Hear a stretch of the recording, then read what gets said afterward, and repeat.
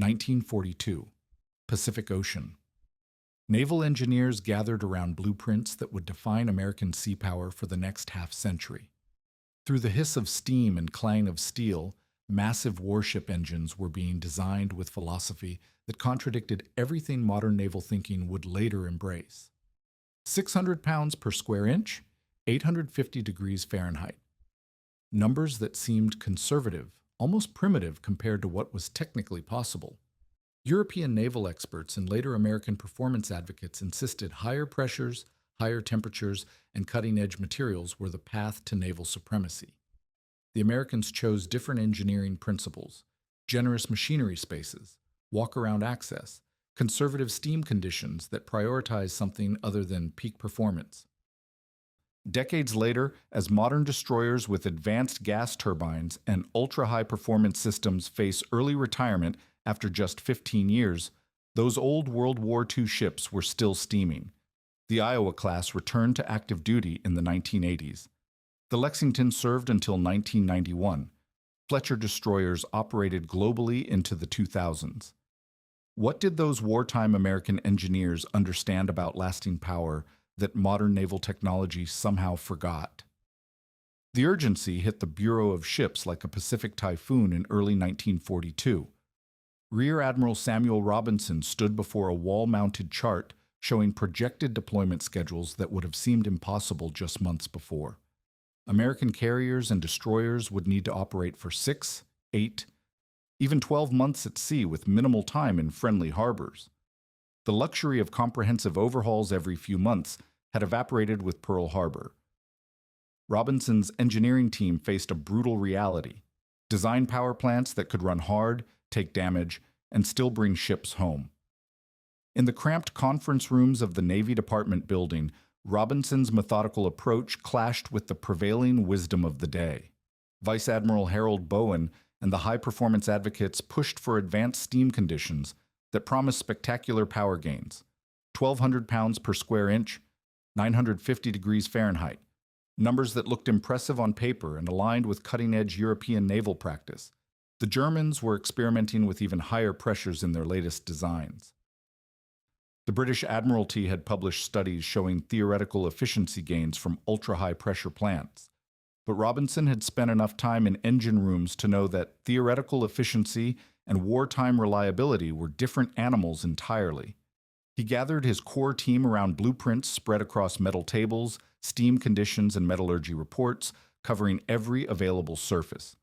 The Babcock and Wilcox representatives brought decades of industrial boiler experience. The General Electric and Westinghouse turbine designers carried hard-won knowledge from merchant marine applications.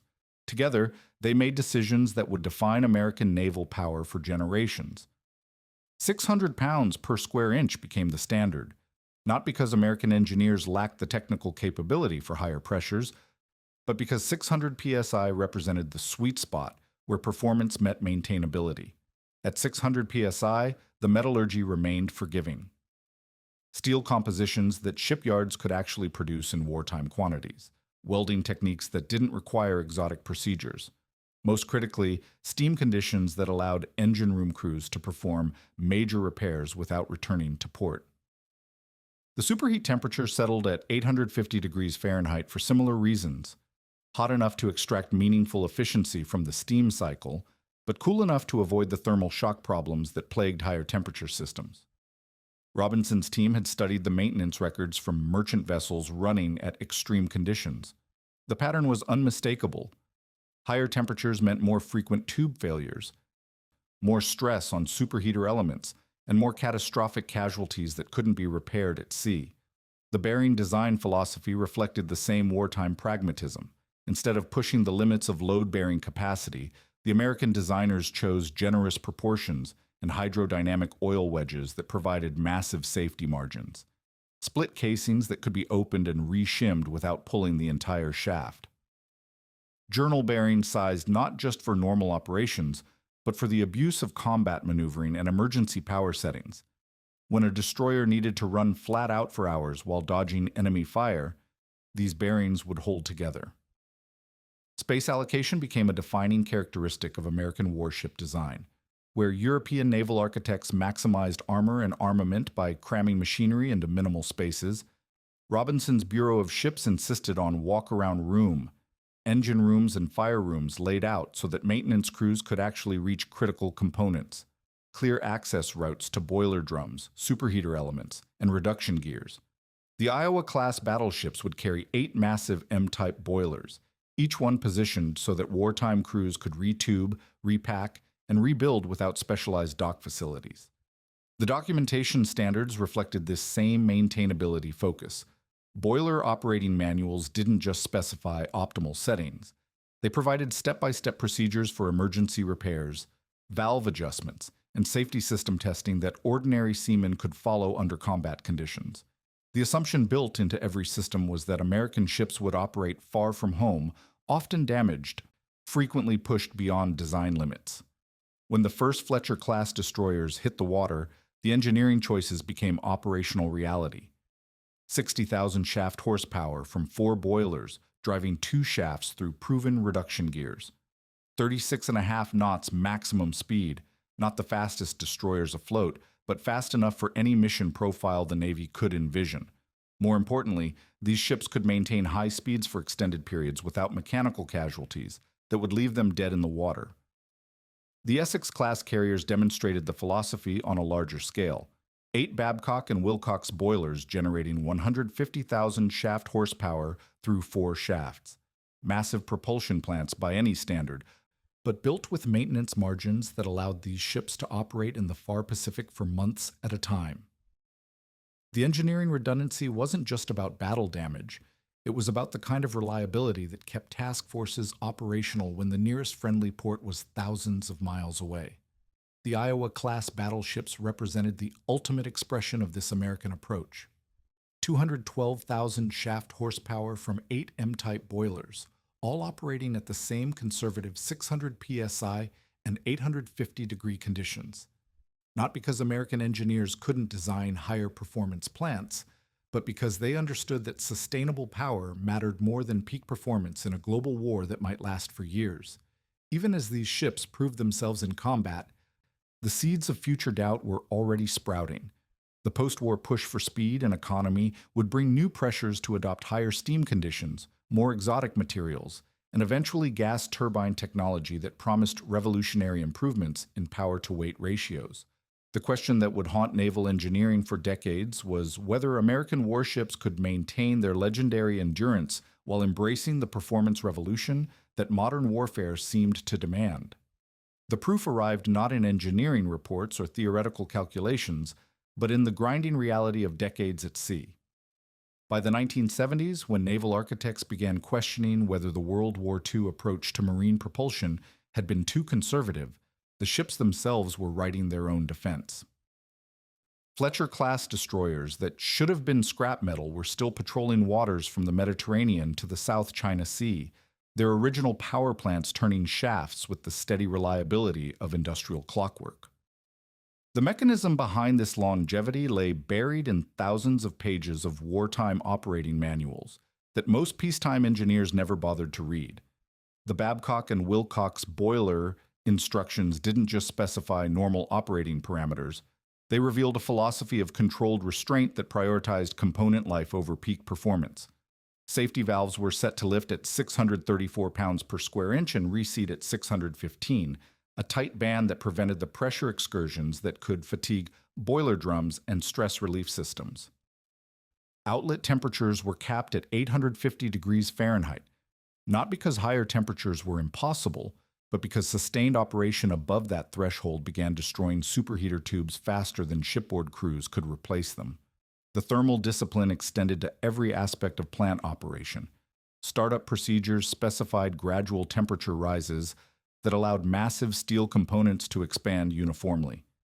Shutdown sequences that prevented the thermal shock of rapid cooling. Even at full combat power, experienced engineering crews knew how to modulate steam flow and firing rates to avoid the temperature spikes that could crack headers or distort turbine casings. The ships were designed to be forgiving, but only if operated within the parameters that their creators had so carefully established. What truly set these plants apart was the sheer mass of metal built into every critical component. The Iowa-class reduction gears weighed hundreds of tons, not because American engineers lacked the skill to build lighter systems, but because distributed mass meant distributed stress. When these ships ran at emergency power settings for hours during combat operations, the loads were spread across gear teeth, bearing surfaces, and shaft couplings sized with enormous safety margins. The result was machinery that could absorb punishment and keep running even when individual components began showing wear. Machinist mate First Class Martinez discovered this principle during a night watch in the South Pacific, when bearing temperatures on the port reduction gear began climbing toward the red zone.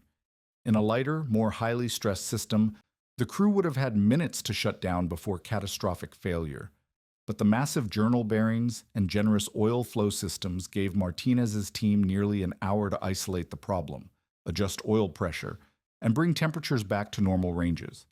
The hydrodynamic oil wedges that supported the main shaft carried enough margin to compensate for minor misalignments and wear patterns that would have destroyed more compact designs. The maintenance philosophy proved equally important.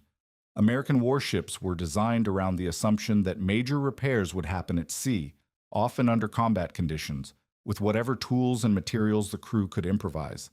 Boiler fronts that could be removed with standard wrenches, steam drums with manhole covers that two men could handle, reduction gear casings that split along horizontal planes, allowing bearing replacement without pulling entire shaft assemblies. When the destroyer Laffey took massive battle damage off Okinawa, her engineering crew was able to restore partial power, using techniques that the original designers had built into the system. This approach created ships that didn't just survive their original conflicts, they thrived through decades of changing missions and evolving threats. The carrier Lexington, commissioned in 1943, with the same Babcock and Wilcox boilers and Westinghouse turbines that powered her sisters, was still generating steam for flight operations nearly 50 years later. Her engineering plant had been overhauled multiple times, components replaced and upgraded, but the fundamental architecture remained sound enough to support continuous operations well into the computer age. The Fletcher-class destroyers provided even more dramatic proof of the American approach. Ships that entered service expecting to fight a 3-year war were still on active duty in foreign navies as the 21st century began.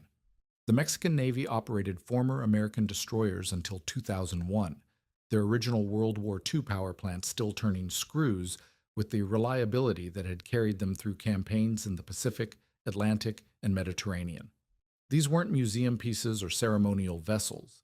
They were working warships performing real missions more than 50 years after commissioning. The Iowa-class battleships delivered perhaps the most spectacular validation of wartime engineering philosophy. After decades in mothballs, these ships returned to active duty during the Reagan administration, with their original propulsion plants largely intact. The New Jersey, Wisconsin, Iowa, and Missouri were not just ceremonial additions to the fleet.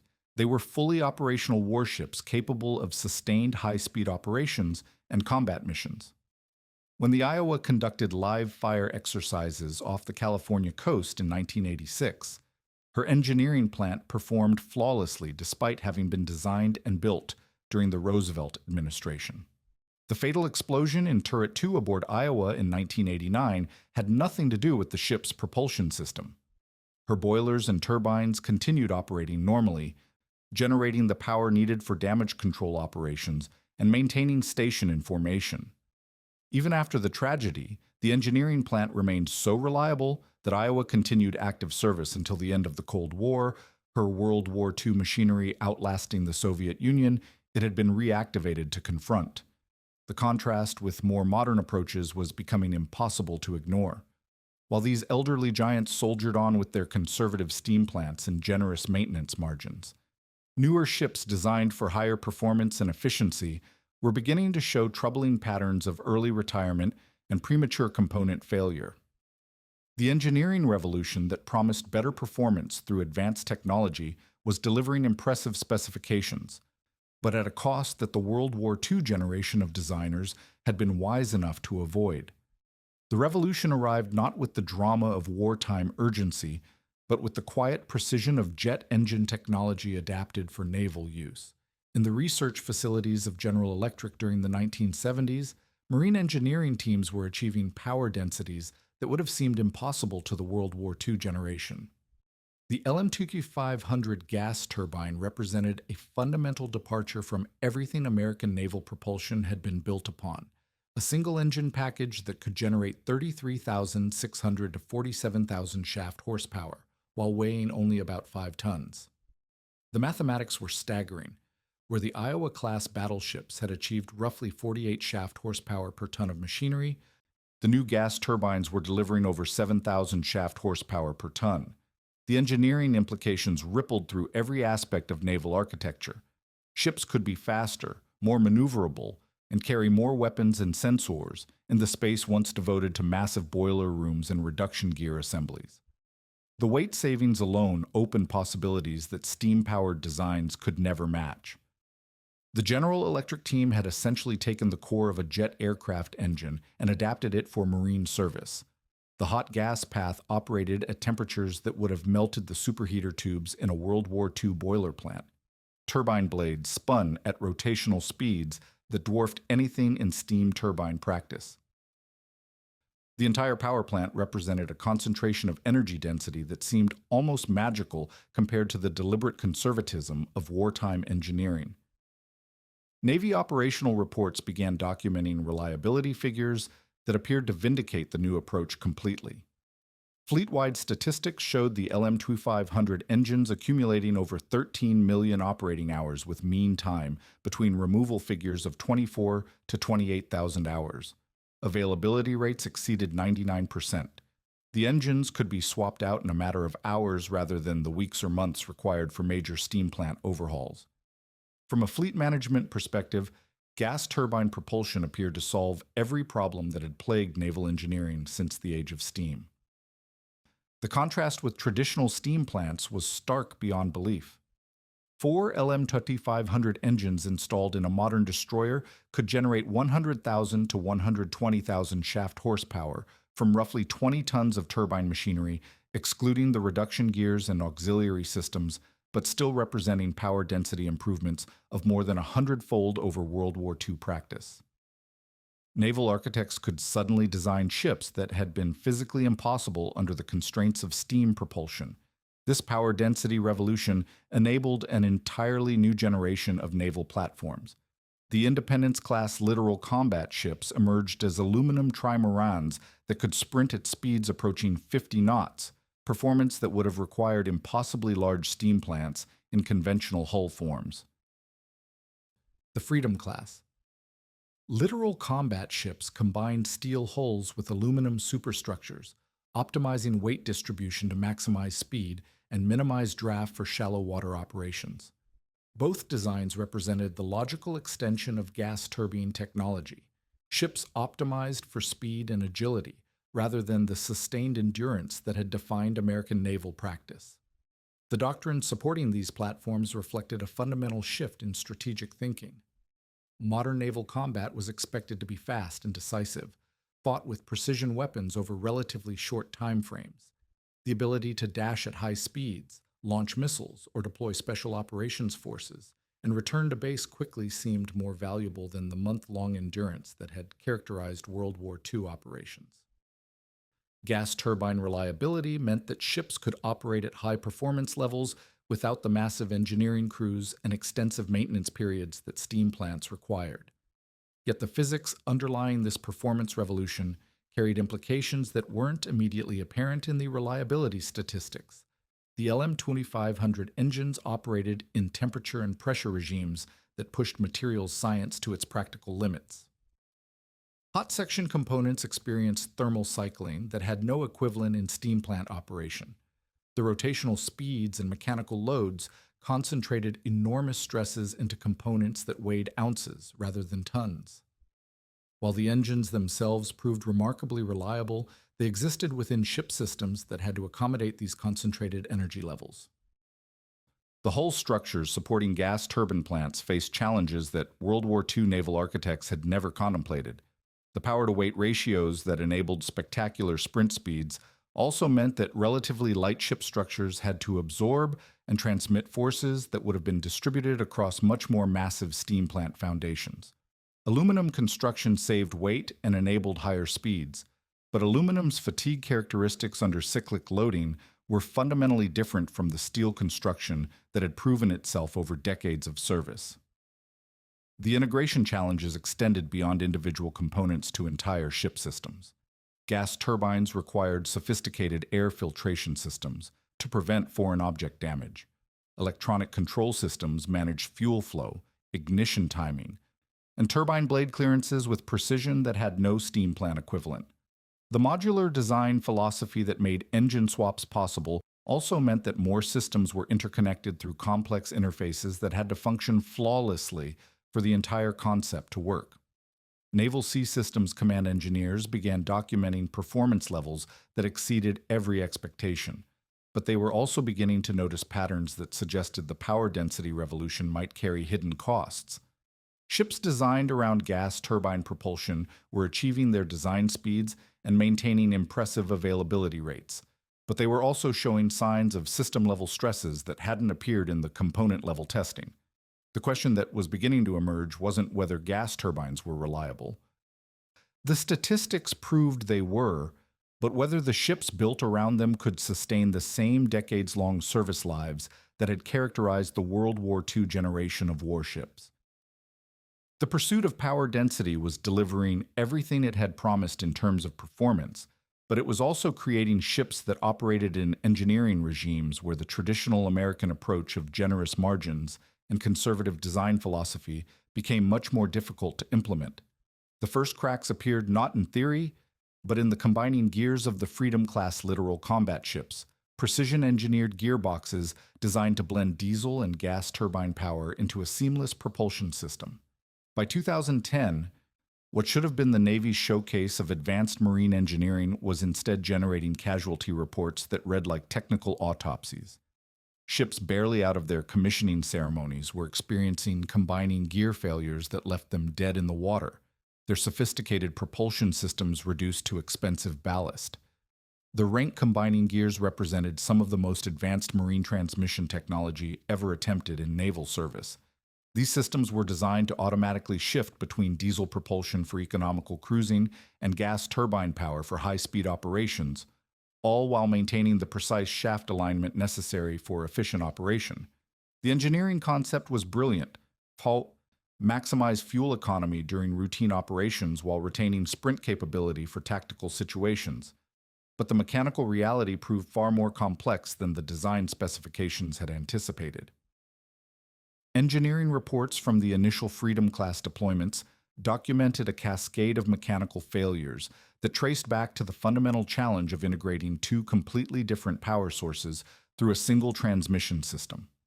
The torque characteristics of diesel engines and gas turbines were so different that the combining gears experienced loading patterns that hadn't been fully captured in shore-based testing. Gear teeth designed for steady diesel loads were subjected to the rapid power changes and high rotational speeds of gas turbine operation. The result was accelerated wear, misalignment issues, and eventually catastrophic gear failures that required complete power plant replacements. The whole structural problems proved even more troubling because they threatened the basic seaworthiness of the ships. The Independence-class trimaran designs, built with aluminum construction to save weight and achieve high speeds, began showing stress fractures during high-speed operations. The aluminum hulls that enabled sprint speeds of nearly 50 knots were also proving vulnerable to the cyclic loading that occurred when these ships operated in anything other than calm seas. The fatigue characteristics of aluminum under repeated stress cycles were fundamentally different from the steel construction that had served the Navy for generations. Naval architects had understood these material properties in theory, but the operational reality proved more severe than laboratory testing had predicted. When Independence-class ships ran at maximum speed through moderate sea states, the combination of hydrodynamic slamming loads and structural flexibility created stress concentrations that propagated cracks through critical hull sections. The thin plating and lightweight construction that made high speeds possible also meant there was less structural redundancy to absorb these loads without damage. The Government Accountability Office investigation of 2022 revealed the scope of problems that had been building for over a decade: persistent propulsion failures, mission module integration issues, and availability rates that fell far short of fleet requirements painted a picture of ships that couldn't reliably perform their intended missions. The planned 25-year service lives that had justified the program's costs were looking increasingly unrealistic as upgrade and repair expenses mounted faster than the ship's tactical value could be demonstrated. The broader implications extended far beyond the littoral combat ship program. Across the surface fleet, ships designed with advanced propulsion systems and optimized structures were showing patterns of early obsolescence that had no precedent in American naval history. The Arleigh Burke-class destroyers, originally designed for 35 to 40-year service lives, were facing decisions about major upgrades or early retirement based on factors that went beyond simple mechanical wear. Electronic systems became obsolete faster than hull structures wore out. Weapon systems required upgrades that cost more than building new ships. The modular design philosophy that promised easy modernization was delivering complexity that made comprehensive updates prohibitively expensive. The fundamental tension was becoming impossible to ignore. The World War II generation had designed ships around the assumption that mechanical reliability and maintenance access were more important than peak performance. Generous structural margins, conservative operating parameters, and extensive redundancy had created ships that could be repaired, upgraded, and kept in service for decades. The modern approach prioritized performance metrics, weight savings, and advanced technology integration, design philosophies that delivered impressive capabilities but seemed to reduce the useful service life of the platforms they enabled. Navy planners found themselves confronting a paradox that their predecessors had avoided through deliberate design choices. Ships that could sprint at unprecedented speeds were spending more time pierside for repairs than their slower predecessors. Propulsion systems with theoretical reliability advantages were generating more operational casualties than the steam plants they had replaced. Advanced materials that enabled revolutionary performance characteristics were proving less durable under sustained operations than the conservative steel construction of earlier generations. The maintenance philosophy had evolved in ways that seemed to work against long-term fleet sustainability. Where World War II ships had been designed for repair and overhaul by ship's company personnel using relatively simple tools and procedures, modern ships required specialized facilities, proprietary diagnostic equipment, and factory-level support for major maintenance actions. The modular design approach that promised easy component replacement was delivering systems so complex that only original equipment manufacturers could perform major repairs. The cost implications were staggering. Ships that should have been entering their prime operational years were instead facing upgrade requirements that approached the cost of new construction. The economic model that had justified advanced propulsion systems and optimized structures assumed that higher performance would offset shorter service lives, but the accounting was becoming increasingly difficult to defend. The Navy found itself operating fewer ships for shorter periods at higher costs, exactly the opposite of what the performance revolution had promised to deliver. The engineering community was slowly recognizing that power density and structural optimization might carry hidden costs that traditional design approaches had avoided through what now appeared to be wisdom rather than conservatism. The question that nobody wanted to confront directly was whether American naval engineering had traded away the institutional knowledge that had created ships capable of fighting global wars for decades in favor of platforms that delivered impressive specifications but couldn't sustain the grinding operational tempo that naval service actually required. The rehabilitation began not with dramatic policy announcements, but with quiet engineering decisions made in shipyard planning meetings and Naval Sea Systems command conference rooms.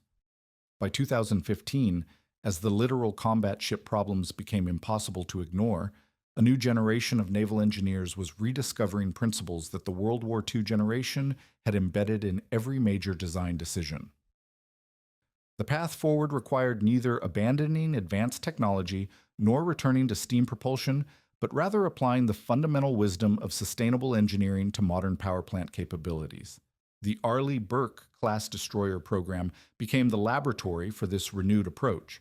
Ships that had entered service in the early 1990s, with planned 35-year lives, were approaching their expected retirement dates. But condition assessments were revealing hull structures and propulsion systems that remained fundamentally sound.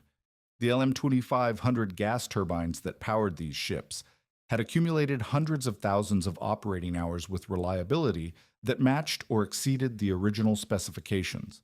The ships themselves had proven adaptable to multiple major upgrades in weapons, sensors, and electronic systems. Naval Sea Systems command planners began extending service lives to 40 years and beyond for hulls that warranted continued investment. The key insight was recognizing that gas turbine reliability had never been the limiting factor in modern ship longevity. The LM2500 engines were delivering exactly what General Electric had promised: modular power plants that could be swapped out on predictable schedules with minimal impact on ship operations. The problems that had plagued programs like the littoral combat ships traced back to integration decisions, not fundamental propulsion technology. When gas turbines were installed in ships designed with adequate structural margins, proper maintenance access, and realistic operational parameters, they proved as durable as any propulsion system the Navy had ever operated. The structural engineering lessons were equally important. The Arleigh-Burke destroyers had been built with steel construction throughout, avoiding the aluminum superstructures that promised weight savings but delivered fatigue problems. The hull scannelings were generous enough to absorb the concentrated loads from gas turbine operation without the stress concentration issues that plagued lighter designs. Machinery spaces provided walk-around access to major components, enabling shipboard maintenance that kept systems operational without requiring specialized shore facilities for routine service. The maintenance philosophy that emerged from this experience represented a synthesis of World War II wisdom and modern technology capabilities. Gas turbine modularity meant that major power plant maintenance could be performed by swapping engines rather than rebuilding them in place. But this advantage only materialized when ships were designed with adequate crane capacity, removal routes, and spare parts stowage. The Arleigh-Burke class had been designed with these considerations from the outset, while later programs had sacrificed maintainability for other performance metrics. Material selection became a conscious trade-off rather than an automatic pursuit of weight savings. Where operational requirements demanded maximum speed and minimum displacement, aluminum construction and thin plating remained the only viable options, but naval architects began designing fatigue management into these structures from the beginning. Inspection schedules, stress monitoring systems, and planned structural reinforcement became integral parts of the design process rather than afterthoughts discovered during operational service. The propulsion integration approach evolved to emphasize proven mechanical systems over cutting-edge complexity. Instead of combining gears that attempted to blend multiple power sources through single transmission systems, newer designs returned to simpler arrangements that traded some theoretical efficiency for mechanical reliability. Gas turbines driving dedicated shafts through conventional reduction gears. Diesel generators providing ships power through electrical systems that didn't require mechanical integration with main propulsion. The technology remained advanced, but the integration philosophy returned to principles that had served American naval engineering for generations. Naval Sea Systems Command began documenting the operational results of this renewed approach through the extended service of early Arleigh-Burke hulls. Ships commissioned in the 1990s were undergoing major modernization programs that replaced combat systems, upgraded sensors, and refreshed electronic capabilities while retaining their original propulsion plants and basic hull structures. The gas turbines that had seemed revolutionary when first installed were proving as sustainable as the steam plants they had replaced, but only when integrated into ships designed with adequate margins for long-term service. The contrast with more recent programs remained stark. Ships designed around extreme performance requirements and optimized structures continued to face early retirement or expensive remediation programs. The institutional knowledge that had created decades-long service lives hadn't been lost, but it had been subordinated to performance metrics that looked impressive in procurement documents while undermining fleet sustainability. The path back to sustainable naval engineering required conscious decisions to prioritize longevity alongside performance. The LM2500 gas turbines themselves became symbols of this synthesis approach. These engines were delivering reliability and performance that exceeded every specification, but their success depended entirely on integration into ship systems designed to support long-term operations. When installed in ships with adequate structural margins, proper maintenance access, and realistic operational parameters, gas turbines proved as durable and maintainable as any propulsion technology in naval history. When forced into weight-optimized platforms with complex integration requirements, the same engines became sources of operational problems that had nothing to do with their fundamental capabilities. The engineering philosophy that emerged from this experience looked both backward and forward simultaneously. The bold vision that had always characterized American naval innovation remained intact, but it was now tempered by specifications that left room for repair, adaptation, and sustained operations under conditions that couldn't be fully predicted during the design process. Standing in an Iowa-class boiler room and examining the massive drum assemblies, thick-walled headers, and generous access routes that had enabled decades of reliable service, then walking through a modern destroyer's gas turbine enclosure with its modular power plants and sophisticated monitoring systems, the continuity became clear. Different technologies, same fundamental approach. Build it robust enough to keep working when everything else fails, and make it accessible enough that crews can fix what breaks.